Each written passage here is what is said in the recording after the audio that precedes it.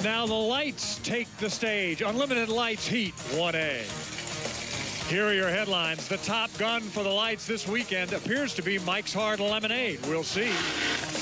How about this? The Oldster, a 1974 built boat in the race today. Paul Becker at the controls. And how about a first ever win for this team, the UL 72. It came a week ago in Tri-Cities. Your headlines for Heat 1A.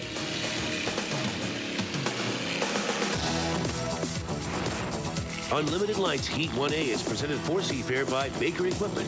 Quality new and used aerial construction equipment. Here now the draw for Heat 1A. Unlimited Lights, Mike's Hard Lemonade U1, the BCS Enterprises, Miss Software Prototype, Miss Zip Fizz Energy Drink Mix, and the Miss Electric Boat, the UL 72 boat. The boats are out on the water. Take them a few minutes to queue up. As you see, just under 4 minutes now to start this one, Heat 1A. These are the boats that make all the noise. They're small, but they're little pocket rockets, these guys are. And let's talk about the teams and the drivers, starting with the UL boat, the defending champs, Greg Hopp, the father-son team with the Mike's Hard Lemonade. Chip? This boat and this team have been dominant, not just this year, but for the years previous. This is the boat to beat, no doubt about it. Now he's going to get some competition from the Unlimited Light number 6, the UL6 team, Al Karstensen, because they have the fastest boat on the water this weekend. That's exactly right, and that boat almost won when Dave Bender had it 2 years ago here in Seattle. This one's due. The oldest boat, we talked about it, built in 1974. Paul Becker is at the controls, qualified at just under 100 miles an hour. A combination of an old boat, but a new driver. Paul Becker's an airline pilot from Bellevue, and I think this weekend is an educational weekend only. And how about the newest boat, side by side? This is Steve Hooks, the UL 19. Probably something of an education for these folks, too. This is a very fast boat when it's on, but a lot of development left to do on this boat. We'll see how she performs. Bill Rocky is in the pits. What's the big story for this heat, William? This should be a great way to start Heat 1A. You've got the top 2 national point leaders in Greg Hopp and Michael Flaherty. Hopp had a little problem with his coil mounting bracket. They just looked over and noticed that it was broken. They quickly fixed it. He's out there now, and he should be ready to go. I know that feeling, a broken coil bracket, that'll bother you. UL 72 boat, Michael Flaherty, again, as Bill said, he's second in points. Michael Flaherty, this is the boat that's going to take it to Greg Hopp. The team, Greg Hopp's team, even told me earlier in the day that they think this hull is better than their own. They'd like to put their engine in this hull, but they're not going to get it this weekend. This is where the competition's going to come from, I think. A senior member of our broadcast team back in joining us, and Pat, choppy water, lots of noise. This is what boat racing's all about. Oh, the fans along the shore just adore the throaty snarl of these supercharged automobile engines, and they love the drivers, and they love the bouncing boats as they race around the course. The Unlimited Lights, they're in love with them. And as we look to the clock, a minute and a half to go before they get themselves in position. Let's turn it over to the man who will call the races again today, Mike Fitzsimmons. Thank you very much, Steve. This is a 1 2/3 mile race course. They are using the Unlimited Hydroplane lower corner. That's the pit turn down toward the south. And they have a special turn up toward the north, up toward the bridge, where they will turn slightly shorter course than the Unlimited will run. Big sweeping first turn, however, and that'll make a lot of difference because, Chip, as you know, they can carry a lot of boat speed through there. This is a rough race course right now. The wind's coming up, and look at these 2 boats right here. These are the 2 boats I think you're going to see race at it, and you can see that Greg Hopp in the yellow boat right here does not want Michael Flaherty to have the inside. He's going to try and take it away from him. It's going to be a good race, Mike. They're right where they're supposed to be at what they call the 45-second buoy, and they're right exactly on time, coming off the throttle just a little bit, and maintaining the lanes now. Once they enter that corner is the requirement. They cannot change lane till they get out of the lower turn down by the pits. So once they have committed, that's where they're going to have to make their start and live at least for a half a straightaway, a half a course length, I should say, before they can make any kinds of changes. Into the corner now on the arc. Pretty good timing overall. And it looks like in lane number 1, it is going to be Greg Hopp. He appears to have commanded that lane from the inside, but Flaherty's just to the outside of him, a little bit ahead as they start to ramp up the throttle. Here they come to the line, and Hopp has got a good time going for him. He's going to be right on time. It's a good start, fair start, and they come charging down into that first corner. Greg Hopp leads them across the line. Flaherty on the inside, and on the outside, Al Karstensen. And they come down into that first corner, and Chip pick them up. Boy, I tell you what, Michael Flaherty back here in the red boat really missed the start, and look at Greg Hopp out in front. Michael Flaherty did not have the boat speed at the line. He was at the line on time, but he didn't have the boat speed. I don't think anybody can run Greg Hopp down now. Now, this is a duel we've seen a couple of different times. It looks like Christensen is having some problems now on the outside there, and he's gone dead in the water. He got into some traffic. Flaherty had to avoid him there in that back chute. And up toward the bridge now we go. The lead is incredible. Way out there now. Yeah, the two boats that we really thought were going to take it to Greg Hopp. You know, Michael Flaherty was late at the start, and unfortunately, Karstensen now having engine problems. So this is going to be a walk in the park, I think, for Greg Hopp. He'll back it down, save the engine, and you know, just take the points and go towards the final. 3 times around this 1 2/3 mile course, and the first 2 boats are across the line at the end of lap number 1, and Steve Hook in the 19 boat coming up in 3rd position. Steve Hook in that red boat, he's given Greg Hopp more of a run than I thought he would. I don't think you can run him down here, but looking further on in the day, I think you're going to have to look at Steve Hook as being somebody that can really be a threat. Flaherty, of course, with that start problem, put himself out of the race pretty early there, and Greg Hopp is not somebody who's going to allow you any kind of space. If you do that, he'll just take advantage of it immediately. He's a seasoned driver, and it looks like Flaherty's going to be satisfied to just settle down and see if he can't just stay in his mirrors. But you know, as you know, Mike, it's not just the fastest boat. You got to be a driver as well. And Greg Hopp won the race physically last week in Tri-Cities, won it fairly easily, only to get back to the dock and find out he had made a rather minor driving infraction, but it cost him the win. So to win, you got to have the boat, you got to have the driver. It's all got to come together. That's right. He drove across an area of the race course over there that's called the DMZ. You're not supposed to be on those waters, and that cost him a 1-minute penalty and the race. It's you know, boat racing, the driver, there's so much focus on the driver, but boat racing, not unlike football or basketball, is totally a team sport, and this team with Mike's Hard Lemonade is a great team, and they've got an especially strong engine builder. This boat, you might remember it as the Alamo, was dominant back then as well. Bo Scheid was at the wheel. It was yellow then and blue trimmed, and it was one of the hottest unlimited lights from the get-go, and has always been an extremely competent racing hull. You know, some boats just seem to come out of the box magic, and this has been one of those boats, whether it was the Alamo or the Mike's Hard Lemonade, whatever. This boat has just been what I always refer to as a driver as a cupcake. This boat's been a cupcake from the beginning. There you see the checkered flag, and Mike's Hard Lemonade has himself 400 points. Across the line comes Mike Flaherty now in 2nd place with 300 points, and up in the corner is Steve Hook, still just dialing in this Zip Fizz. It didn't have quite the zip. Had a little bit of fizz at the start, however, but it was at least able to continue and complete the heat. That's important, getting some points. We take the 4 from the preliminaries, and the B main will take 2 more to go into the finals, so everybody's still got a chance. You know, it's heartbreaking as a driver. I can tell you, when you have zip but no fizz, or fizz but no zip, it's really the worst thing that can happen to you as a driver.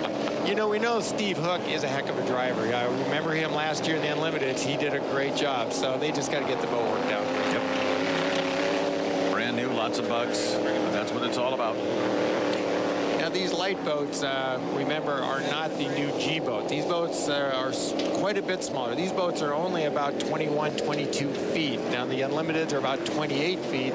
The new G boat that, you know, we're talking about, that's somewhere in the middle. It's almost as big as an Unlimited. So these boats are smaller, not quite as fast, but that doesn't make them any easier to drive. These boats are extremely difficult to drive, and that's why the Unlimited owners look to this class for new drivers. Because if you can drive one of these, you can drive anything. Chip, what's the big difference between driving this one and, say, an Unlimited? Well, you know, when you get to the Unlimited, it's deceiving because I always refer to Unlimited racing as like racing freight trains. It's so heavy, you can't maneuver the boat easily. They feel kind of big and easy to drive, but when things go bad in Unlimited, they go bad real quick.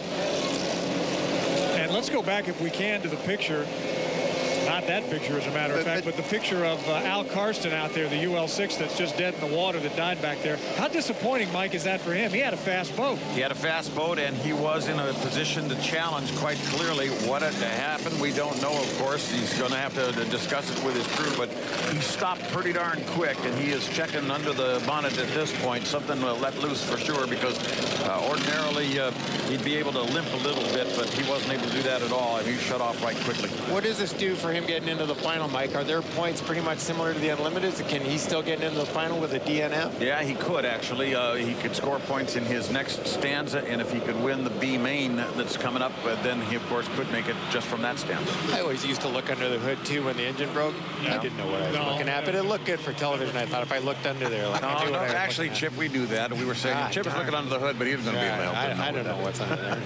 I had people for that. And so we actually have a couple of boats being towed in. We're looking at the UL6, the Unlimited Light, Al Karsten's boat, BCS Enterprises. And you saw a moment ago one of the G-class boats. That one is coming in. They went out and ran a practice lap.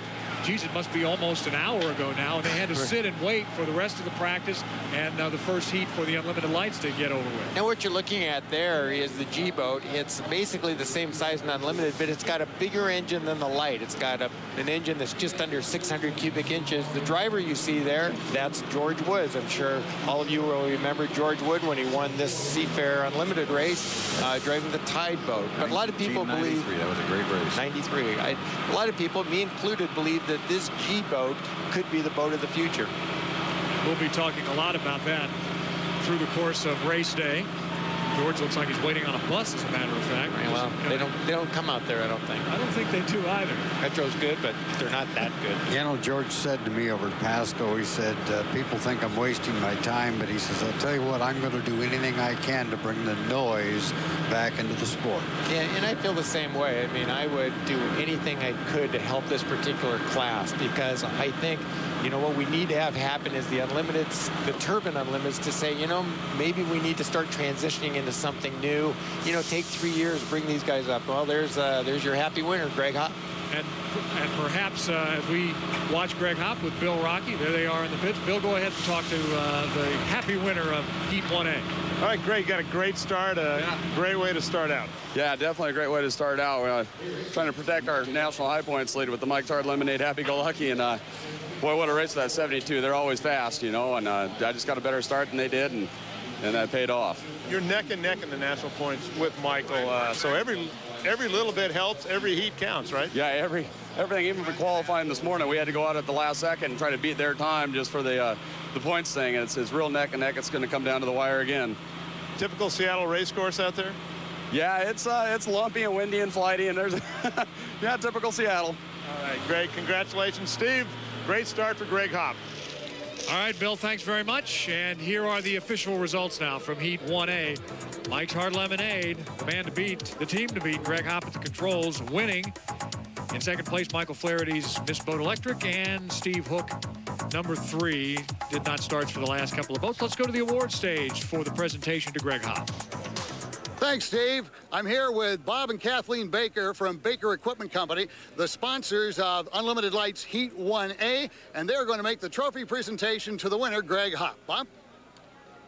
On behalf of Baker Equipment, we'd like to thank Greg Hopp congratulate Greg Hopp on the winner of Heat 1A for Mike's Hard Lemonade. All right, thanks a lot, Bob. Thanks, Kathleen. First place trophy, Mike's Hard Lemonade. I'd like to thank Bill Rams. Ed Tree, he came down, did our tune-up. It's an awesome deal. We got everyone here, and thanks a lot, Bob, again, and Rob Graham for sponsoring the event, and General Motors. Woo! You don't often hear a guy just go just woo like that. I worked on my woo, but I never got it well, so I just left it alone. See, and you won a lot. These are the light boats that ran yesterday. That was actually taped yesterday, Saturday. They're going to come back and run live again for us today. In the meantime, we're waiting for Heat 3A of the Unlimited boats. So we've got one in the books today, one from yesterday for the Unlimiteds, and it's, well, there's a lot of sorting out to do because everybody's taking a shot at winning and everybody's taking a shot at making mistakes. Let's check in with Nate Brown, who drove these Unlimiteds for so many years, and he is joining us as one of our pit reporters this year. Nate? Yeah, thanks, Steve. Ken Muscatel has done a really great thing. He's put a memorial on his cowling here for Phil Gay, someone who's near and dear to all of us here in the pits. He fed us for so many years. Phil Gay from Gay Brothers Bakery, and he passed away here recently, and it's just a really great memorial to have him on the side of this boat. And Ken is a great guy for that, and we're all going to miss Phil, and I know he's up there watching us right now. Steve? That is very nice. There's a great tradition among boat racers and fans, and you like to see this kind of tradition, remembering those who made this sport great and who supported this sport over the years. It's a family. All racing is a family, and you know, you go out there and you go head to head, and you know, sometimes you even cut guys off, but when it's all said and done, you're all family. One of the guys that has seen so much of the tradition play out over the years because he's been driving these boats for a long time, veteran driver Steve David, and he's getting his thoughts together right now, and Bill Rocky is down in their pits. Bill? I'm not only in their pits, I'm on their boat, Steve. Steve David, you got a second last heat. What's important to you this heat? Hi there, how are you doing, Bill? Yeah. What are you trying to get out of this heat, Steve? We really need to win this thing. We're points-wise, we're kind of tied there now to make the final, so we got to do the best we can. Our first or second gets us to the final. Otherwise, we're in the consolation race, so this one means everything. You got your clock going there. When are you going to leave here? They're talking in my ears right now, so I didn't hear what you said. They're giving me a countdown. Steve's clock's right here on the steering wheel in there, if we can get a shot of it here. Roger, we're right on the time, kids. They were just giving me a countdown for the start. We use this to count down for the start, the goal being be at the start-finish line wide open when this hits zero. All right, good luck, Steve. I'm going to get off the boat, Steve and Chip. Bill, you're welcome to ride along with us if you want. Really give the fans a first-hand view. I'll wait till the final. Okay, buddy. Thanks, guys. All right. All right, that's very brave of you, Bill. We're going to wait till the final. Steve David seems actually fairly relaxed and comfortable. Steve David is always relaxed and comfortable. Yeah. I have never seen Steve flustered, ever. Well, he's getting ready now, getting all wired up. They'll be closing that canopy in just a moment. Now we want to take you back to Heat 2A. It was run just a few moments ago. There's the Graham trucking boat that actually won that heat. So they've got some work to do. Take a look, Chip, at the start of this race. I mean, there is a perfect start. Yeah. There is the start that all race drivers someday hope that they do. But the thing is, you want to do it in the final heat of the final deal. But he's bouncing around a little bit, isn't he? He's got the worst of both worlds. What you see there is the boat bouncing up because the front end is hitting the water, and then it's bouncing up in the air. But the problem is when he gets through the corner and he runs up the other straightaway, the boat is getting up in the air because it has too much air under it. So he's got the worst of both worlds. Tough deal. Gard Swanson is down there in the pits, and they've still got some work to do with that Graham boat. Gard? They're kind of scrambling, trying to get some stuff done here, Steve. And you know what? In Heat 2A, when they won this thing, they kind of went kaput in the water right after that. Well, they had a small engine problem. Something came loose. They say they have rectified the problem. In fact, I was talking to one of the mechanics, and I said, hey, you guys are fast today. He goes, hey, man, we ain't fast. We are screaming. So if they can get this boat in the water, it's going to be a pretty fast day and a pretty fast Heat 3A. Well, indeed, Gard, and they're going to have to pretty quickly because Heat 3A is coming up, and they, Graham Trucking, are listed as being a part of that heat. So we'll see what happens. We've got more unlimited hydroplane racing coming your way. Live action, Heat 3A, in just a couple of minutes.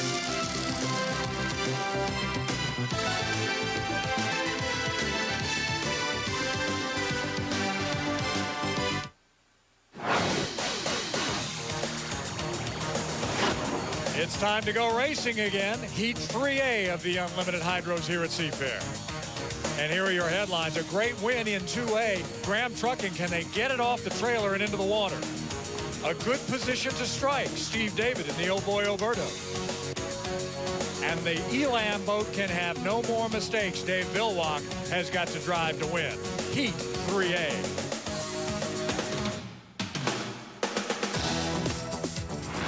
Heat 3A of the Chevy Cup at Seafair is brought to you by Scott's Summer Guard Lawn Products. Scott's, helping you keep your lawn beautiful all summer long. And it's presented for Seafair by Southwest Airlines, the official airlines of Seafair. Here is the draw, the lineup for 3A. Running down the list, the U2 Graham Trucking, the Oh Boy Alberto. There's the Sport Boat Northwest, Miss Elam and Dave Bilwach at the controls. Miss Rock Silver Dollar Casino and the Lake Ridge Plumbing with the rookie, the invitee, at the controls. Let's take a look at the waters. Again, crystal blue waters and a blue sky. as we get set to go back to racing 3.5 minutes away. The boats are on the water. I can't tell if Graham Trucking, yes, they are now on the water, and let's talk about it. You two, Graham Trucking, J. Michael Kelly, what can they do, Chip? Well, you saw what they can do in the first heat with a perfect start. That was as good a start as you can get, but this boat has handling problems. You got a young driver that's got a boat that's hard to handle. And they just got it in the water, Guard Swanson. Got the key turned on this thing, and they're trying to get it fired up. In fact, they have switched engines. Just a few minutes ago, they were saying they were working on the engine that was in Heat 2A. Now we're in 3A, and they said it was a 15-minute engine change. So we'll see what happens, and they're trying to get it fired up right now. Meantime, the U6 boat, the Oh Boy Oberto, as we've got a little flame coming out of the turbine of the Graham Trucking. That'll happen. Steve David, kind of right where he wants to be, Michael. Yeah, and he saw what Jean Surette did to Mr. Elam and Dave Villwalk, and I think he's thinking maybe if I muscle him a little bit, I can cause some problems for him as well. He's going to come up from behind. The sports boat has Terry Troxel, and Troxel had one dumped in his lap. He wins, although he's got a pretty good boat, too, and he's an aggressive driver, Chip. But he's got a first place under his belt already, so what he needs to do is just be calm, get a first or second, no penalties, and he's going to find himself in the final. Nate, does that sound like what you'd do as a driver in this situation? Well, right now, he's one of a couple drivers that can get underneath Villwalk's skin, and if he can get a little more skin out of Villwalk, it's going to give him an advantage in the final. So I'd still try to get the inside on Villwalk. Everybody aiming at the Elam boat and Dave Villwalk, and why not? The champion driver until someone displaces him. He has a first today, but he also was penalized, Mike. Got to bring his confidence back up again by having a good start, being in the position where he really wants to be instead of the position where he's forced into. And if he could take a victory here, I think he'll have some confidence toward the final. Bill Rocky, you know Dave Villwalk. He was a little perturbed after that second heat. Stevie was, and I talked to him coming into this heat. He said he just wants to have a clean start after what happened in the last heat.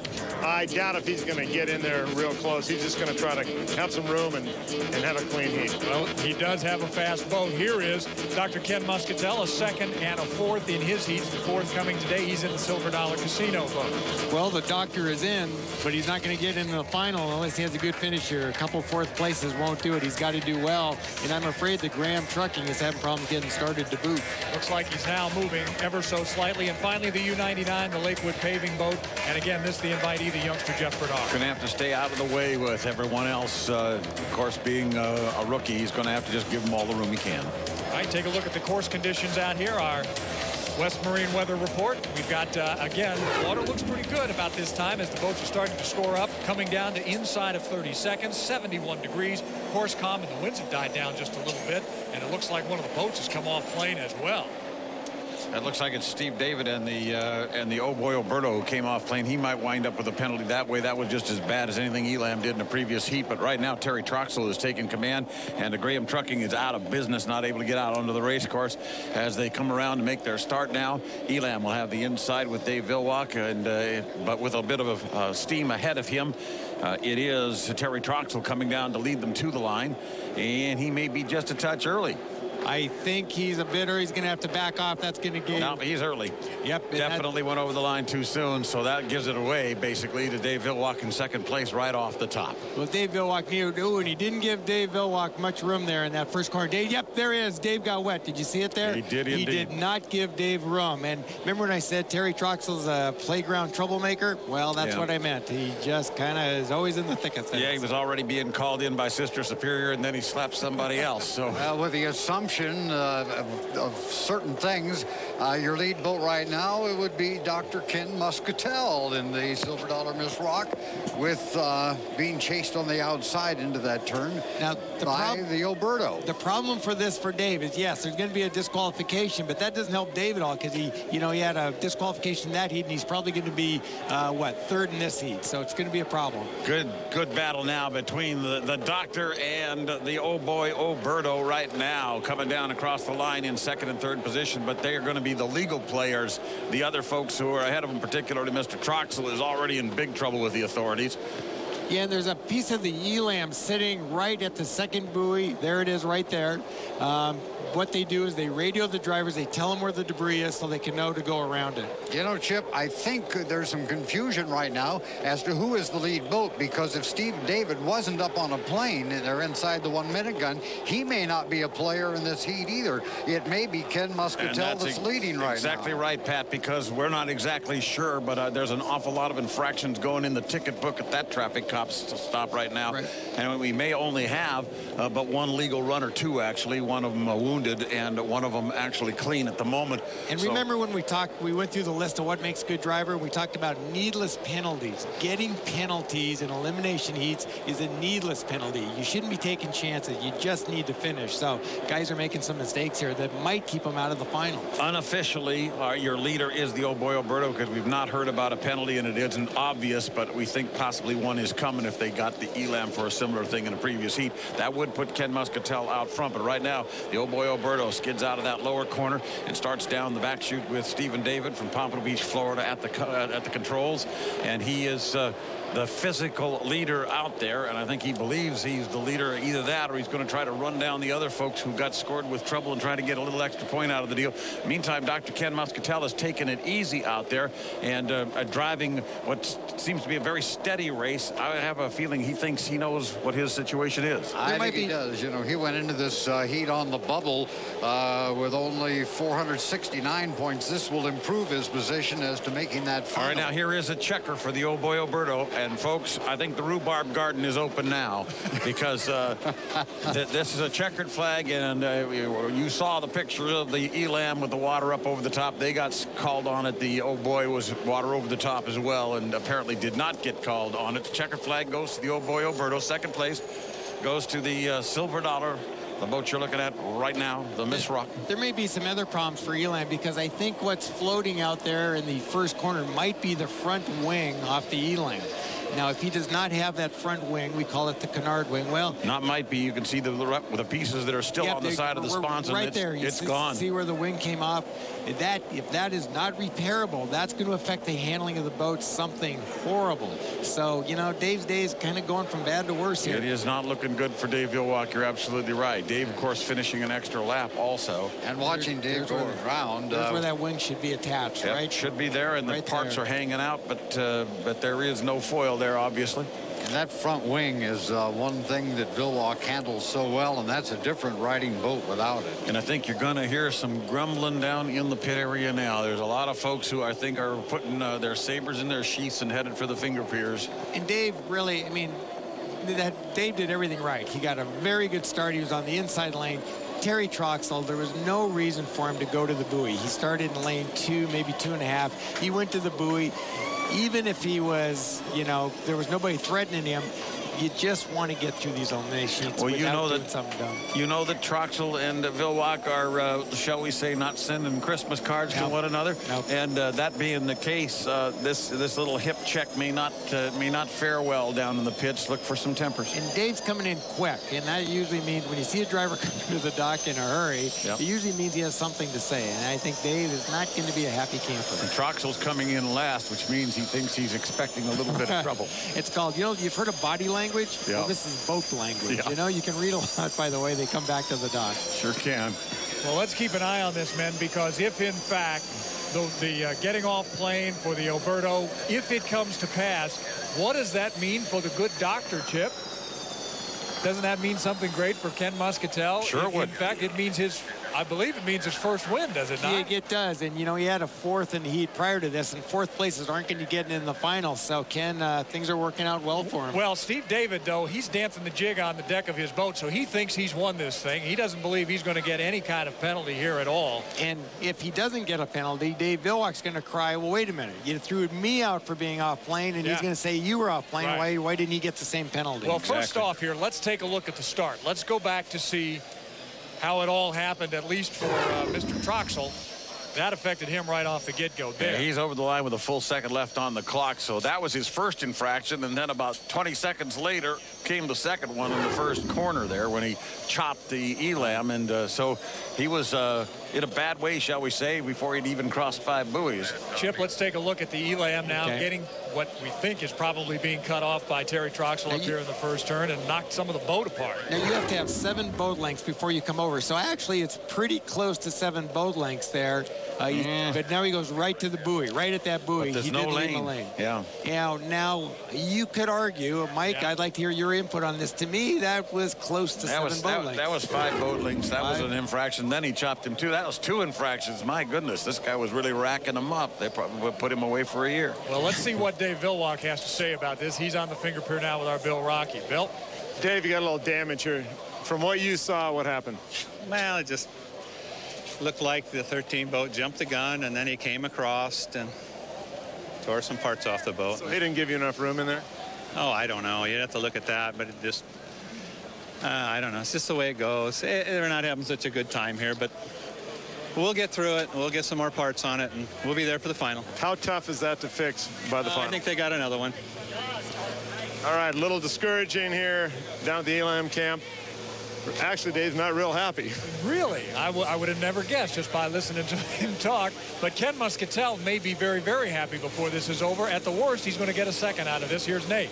Hey, Ken, it looks like you're getting a second. I don't know what all the decisions are, but you put the boat where it had to be, and you hung in there.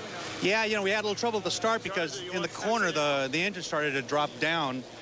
Cleared up, and then I just made the start, but I was a little late, but got through the corner clean. There was a big mess there. I saw it right in front of me and managed to avoid it and run with Steve for a lap, but, you know, he got it away from me. And we still don't have the boat that quite goes down the straightaway with the other guys, and we're down on fuel, but you know what? Who cares? I'm having fun. Great job. You avoided that wing in the water, too, bud. Yeah, well, you know, it's hard to miss bright orange. No doubt. Steve? All right, Nate, thanks very much. And we're going to show you the unofficial results of this Heat 3A. And there's going to be some talking about this one. We'll get you those unofficial results in just a couple of minutes. We'll take a break. We'll be back with more racing and results right after this. Heat 3A of the Chevy Cup at Seafair has been brought to you by Scott's Summer Guard Lawn Products. Scott's, helping you keep your lawn beautiful all summer long.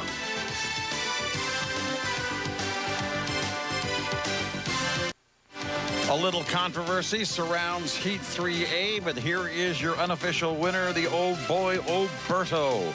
And that's your Geico photo finish. 15 minutes could save you 15% on your car insurance. And Michael, as you were talking about, the little bit of controversy is whether Steve David actually got off a plane. Let's find out from him what he thinks. Bill Rocky is with him in the pits. Steve, first of all, you told us going in you needed a win, and you got one. We did, and I was so afraid. I got up too early in that start, and the Alberto shut down. But I knew Art and Dorothy, and everybody's over at their house, and I had to win that race for them. So, Art and Dorothy, Alberto, that one's for you. Close to coming off a plane there. Yeah, as long as you don't do it after the 45, you're okay. So my guys are really good in the radio telling me where the 45-second buoy was, and you got to be there. I mean, the competition is so tight. All those guys are professional racers, and if we weren't right there, we wouldn't have won that thing. Was it close, though? You're very close, yeah. It was milliseconds, but we don't measure those things, Bill. All right, Steve, good job. Big win for the Alberto. They needed it. They did indeed. Nate Brown is also in the pits now. There's the Alberto boat. Let's go back to Nate. Yeah, Steve, I got Terry down here. Terry, a little early at the start, but tell us about it. Well, I thought it was right on at the start. That's all. It's what all boat racers say when they get out, when they jump the gun. I guess it was a little early. I mean, can't help that. But, you know, we had to get we tried a new propeller, and we had to get out in front to see what it's like, and I think we found our combination for the final. Hey, tell me about that corner up here where you got somebody wet. What was going through your mind there? You know what was going on? Well, my spotter is my wife, and, you know, she says you got plenty of room. Go ahead and move over. You know, now I guess it's a little closer than, you know, than we thought it was. But I still think it was legal. I mean, I looked at him in the mirror, and he was way back, so. I'm sure that's not what they think, but thanks, Terry. Thank you. I just get the feeling Nate's trying to stir things up down there. Well, but that's what you pay him to do. Well, you know, he's sure. digging for dirt. You know, I think Terry's got a point. I know Mike, Mike thinks 5 bow lengths. I think it was close to 7 bow lengths.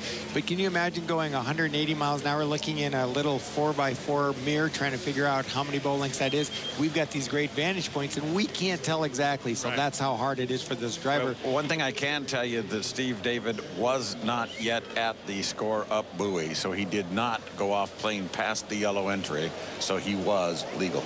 All right, and that was one of the big questions. And so the doctor still has to wait for another opportunity to win. Steve David, unofficially at least, gets the win there in Heat 3A. You're looking at the log boom, our West Marine log boom cam, and we thank them for their support. And you can also see the boats being added now. A lot more boats have come over since the Blue Angels. Wow. There's your big boat right there. That's mine again. Sure, that's right. I can dream, can't I? We'll be back. Heat 3B in just a couple of minutes. Don't go away. You're watching the Chevrolet Cup at Seafair on KIRO 7.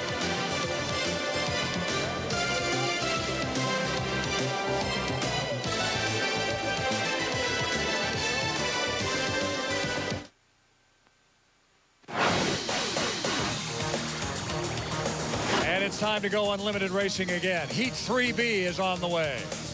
Here are the headlines. A rookie mistake from John Theoret. What happens next for the Lumar boat? Needing some points? You bet they do. Greg Hopp in the U100. And let's see some action from the Piston Power, Ed Cooper's boat, the Toyota. Heat 3B.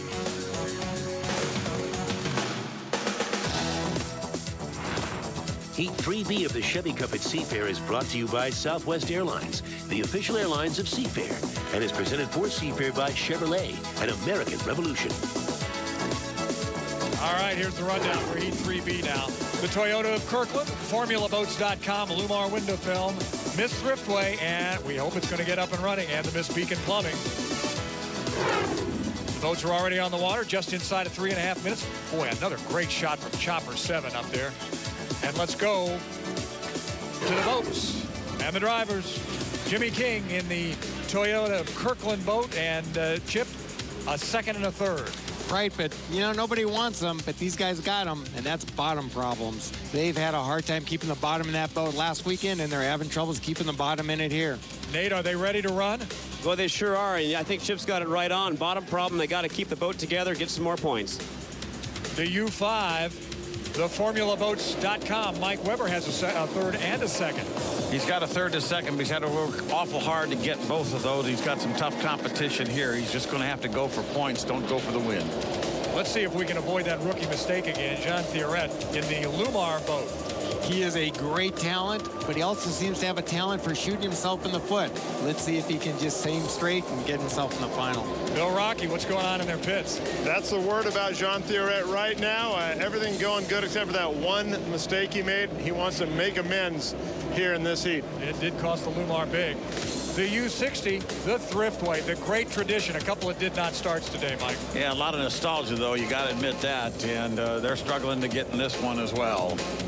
And finally, the U100, the Beacon Plumbing boat with Greg Hopp going from the lights back to the Unlimited. He's going back and forth, but right now he's not in the final in the lights or the Unlimited, so he's struggling today. Guard Swanson in the pits. Just over there, Steve and Chip, and you know what? These guys are still pretty excited. They just switched motors. They say it's running smooth. They're going to see what happens in this heat. There it is. The Beacon Plumbing U100 is out there. Take a look at the weather. Well, it's getting maybe just a touch choppier, although I think the water is still in pretty good shape, although you guys would know much more than I. We do know the temperatures are going up just a little bit. Winds at about 4 miles an hour. Here's a minute and a half now before the start. And Pat, from your vantage point, what's it look like out there on this lake surface? Well, it looks just right, about a 6-inch chop. It's a sad moment that the Thriftway isn't up and running again. This was a great idea. Jerry Rise and Steve Lamson put this thing together. It would have been such a great moment. Maybe we'll see him in the consolation heat. Well, I'm afraid that the Miss Thriftway actually is drifting into the first corner. It may cause the stoppage of this heat because they can't go blowing into that first corner with a boat right right now looks like it's in about lane 4. Exactly what I think. He's trying to get it started, but he's not on clean, and he's going to have himself some serious difficulty if he doesn't get off the track.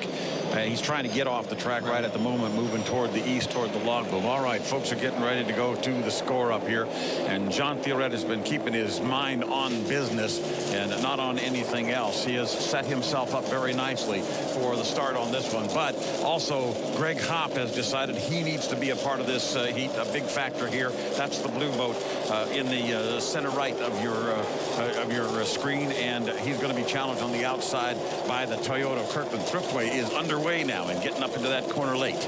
Boy, I tell you what, there wasn't much room in lane 1. 2 boats trying to squeeze in there. And it looks like it is going to be in lane number 1, but back a little bit. The Formula boats, John Theoret, and going to the line side by side with Jimmy King as they come to the line. They are on time and across, and it is King that leads them across with the Allison, but on the inside with the lane advantage, it's that yellow boat as she moves. Watch her set the corner now, and into the corner goes John Theoret, keeping Jimmy King out wide through the corner. Very nice piece of driving through that turn. Right, you see all this room that he left right in there for that boat on the inside? That's what Terry Troxel didn't do. John Theoret did a great job there. Off the back chute, or the exit pin rather, and off down the back chute comes Jean Theoret, and he's got himself a challenge coming from that Allison boat, Pat. And it's an absolute great challenge. Jimmy King on the outside, that Allison engine turbocharged, the only piston engine in the fleet, and it performs so well when it's working. But in the meantime, Jean Theoret off the exit buoy and coming down to complete the first of 3 times around here in Heat 3B. Of the Chevrolet Cup at Seafair. Number 2 boat is Jimmy King. Number 3 is the Formula boat with Mike Weber. And Theoret is getting a little bit of a rough ride, but he's been able to put the hammer down and take some distance away from Mr. King now in second place. I don't like the way this boat's handling, especially coming off the corner, where the other boats, especially Dave Bilwalk, the skid pin's digging in, it's going right around the corner. John's boat is moving around all the time. I don't think he's got a boat he can win the final with unless they can get that settled down. Going to have to tame it down. I agree with you, Chip, but right now things are going his way, and he knows it, and he's going to drive just fast enough to win. Jimmy King also knows he's going to have enough points to make the final, so he's not going to do anything to break any of those 12-cylinder. In the meantime, Mike Weber, however, is going to try to put some pressure on Jimmy King. There you see Theoret coming out of the corner, and you see at the top of the corner, that would be Mr. King, and then coming right into your picture right now, that would be Mike Weber. Is there a more beautiful picture in motorsports than that what's on your screen right now? If we get another shot as John Theoret comes up that backstretch, I want everybody to keep their eye on the right sponson. Watch how active that right sponson is. It'll always be jumping up in the air, coming down, going back up, and that's very difficult to race with. He's roller launching off that sponson, and there you see a boat that's been just Mr. Disappointment all day. This is supposed to be the best of the Leland hulls, and it has shown us nothing today. In the meantime, Sean Theoret is 3/4 of the way, and now nearing the entrance buoy to the floating bridge turn. That skid fin kicking that wall of water in the air. He straightens it out. The number 2 boat is Jimmy King in the Toyota of Kirkland. And the checkered flag will display now for Jean Theoret, picking up 400 more points and saving face, if you will, recovering, if you will, his composure from the mistake of the earlier heats. Yeah, but he really doesn't look to me to be a threat in the final if they can't get that right sponson settled down. I believe that's the sponson that was damaged in the Gold Cup. It just exploded when he tried to go through somebody's rooster tail, and I don't think they have that right sponson fixed correctly. The red boat you just saw, that's the second place boat. Jimmy King driving the Allison-powered Toyota Kirkland. Here's the third place boat, and that would be the FormulaBoats.com with Mike Weber doing the driving. And such a disappointing day for Fred Leland, who's here in the pits with 3 boats, and only one of them driven by the rookie. The Lakeside Paving is performing well at all, and the other 2 are having nothing but problems. Only one that's given a good accounting of himself. That's exactly right, Pat O'Day. And now the Thriftway coming down to take the checkered flag. That's something you haven't seen on Lake Washington since 1963, is a Thriftway accepting a checkered flag. Incredible. I always love that paint job. I always love the white and what would you call that? Coral? Persimmon. Persimmon. Okay, thank you. I would have never come up with that. Actually, Mike, I think the Thriftway might even be having to run one more lap to take the checker because it sat for so long before it could actually get started. So that's right. So she is on her final lap. You're correct. The checker was for the other boat, but now the Thriftway down the back strip. Let's watch it. This is a piece of history brought alive by the folks in the Leland camp. Those colors, of course, were the 1959 Thriftway. Ran as Miss Century 21 in '62 to celebrate the Seattle World's Fair. It actually looks like a combination of the Miss Thriftway and Thriftway 2, which was a cab over both. Of course, none of them had a lid on them. They were both open cockpit hulls. The famous Bill Munsey was the driver of that Miss Thriftway, the original boat. Those colors reminiscent of, often wondered what a turbine Thriftway would look like. There you go. In the meantime, Greg Hopp is now just heading down the log boom. He's on his final lap. He got the white flag last time by.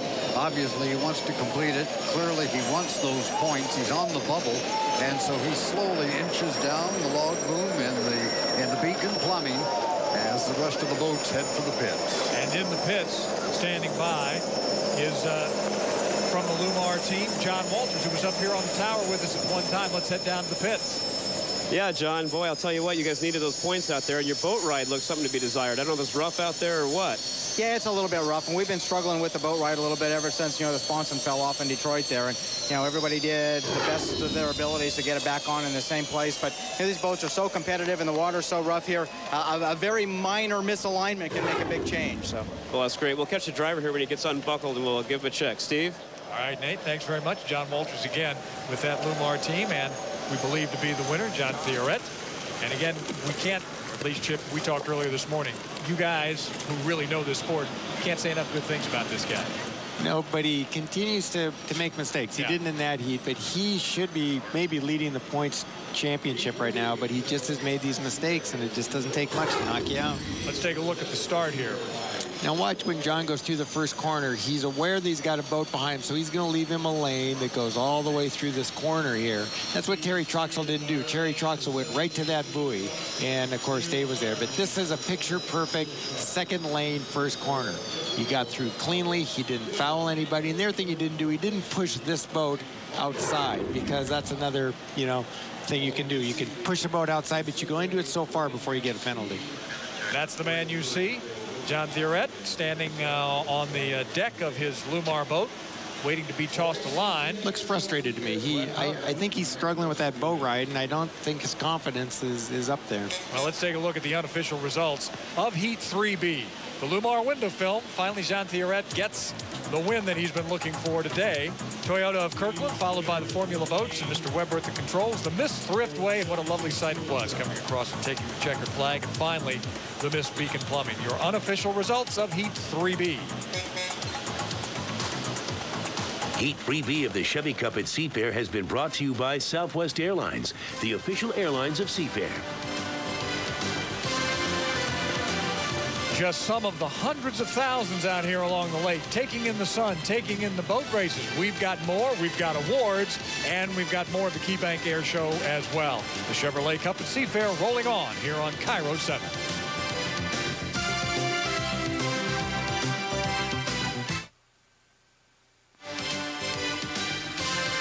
Picking up his second victory of the day, Jean Theoret in the Lumar window films is your Geico photo finish. 15 minutes could save you 15% on car insurance. Thanks very much, Mike Fitzsimmons, playing in the water now that the boats are back at the dock, and our Nate Brown has at the Finger Pier the winner of Heat 3B, John Theoret. Jean, c'était une belle course. Oui, très belle course. Je suis très heureux pour l'équipe du Lumar. On a eu la position intérieure et puis on a mené la course de bout en bout. Alors je suis très content.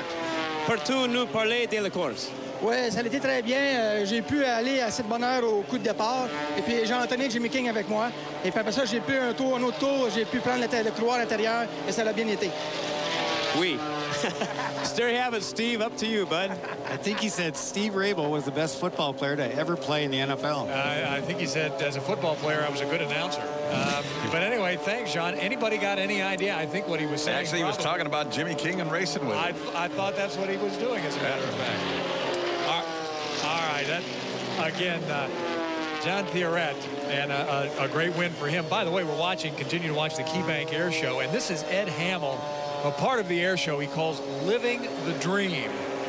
And he represents the barnstormers, the sky dancers, the competitors with that biplane that he flies. And I'll tell you, if you don't get airsick just watching him, then you're stronger than I, because it is some kind of show. And these are live pictures here from Ed Hamill.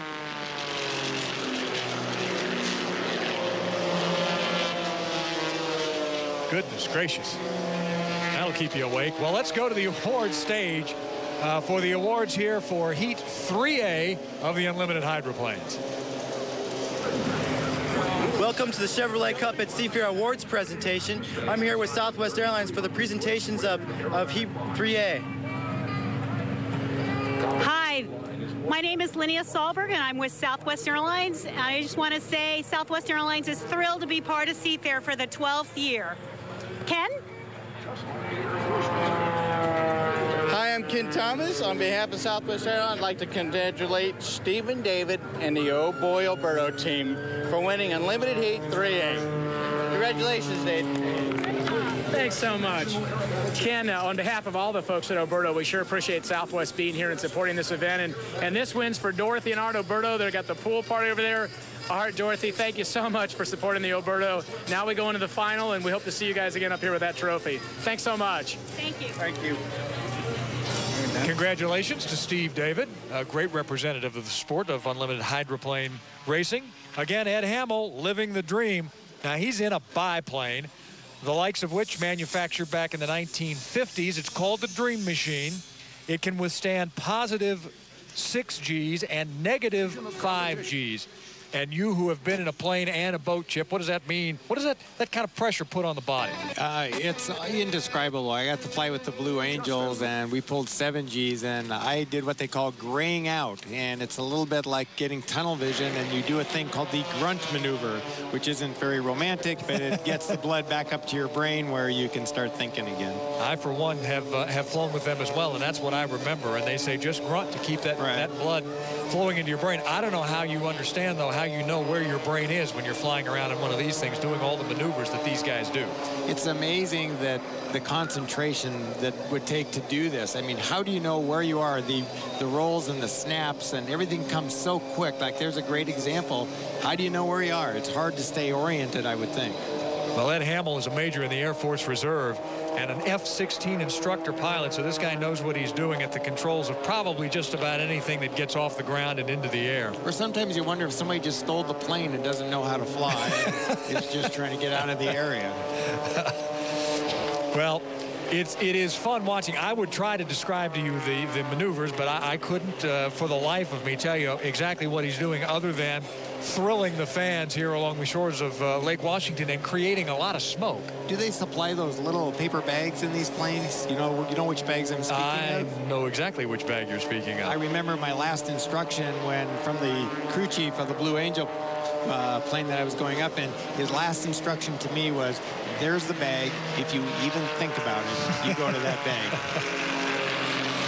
Well, these guys, they are so in tune with their machines. Now, he comes down onto the deck. He couldn't have been more than 100 feet, 75, 100 feet off the water. Yeah, and the depth perception that must take, to stay oriented and have the depth perception to do that. These guys are incredible. And the other thing that's amazing to me is, some of these planes are not new planes. And as you said, I think it'll take 6 positive Gs and 5 negative. That the wings just don't snap off the plane. And by positive and negative Gs, what he's referring to is when he puts the plane upside down and then goes straight up, that's a negative G. And when they did that in the F-18 with me, I could actually feel my collarbone flexing. That's how much pressure there is. So, and to me, the negative Gs being upside down was much more, nauseating than the positive Gs. Anything having to do with your collarbone actually is a frightening thought. Just for a bit of information, Ed Hamill and the Air Force Reserve Aerobatic Show have a heritage that is the mission to show and demonstrate military, demonstrations, if you will, to recruit aerobatic wannabes to join the military, of course. Ed flying the biplane composed of fabric-covered wings. Wow. And that boat still flying the design of which, well, built in the 1950s. So we'll continue to watch the Ed Hamill part of the air show here, the KeyBank Air Show at Seafair. Oh, my goodness, look at that shot.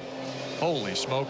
And we are going to go away for a commercial break so that I can find the bag that's underneath the desk here somewhere. We'll be back. We've got more air show. We've got more boat racing to go and awards as well. You're watching KIRO 7, the Chevrolet Cup at Seafair.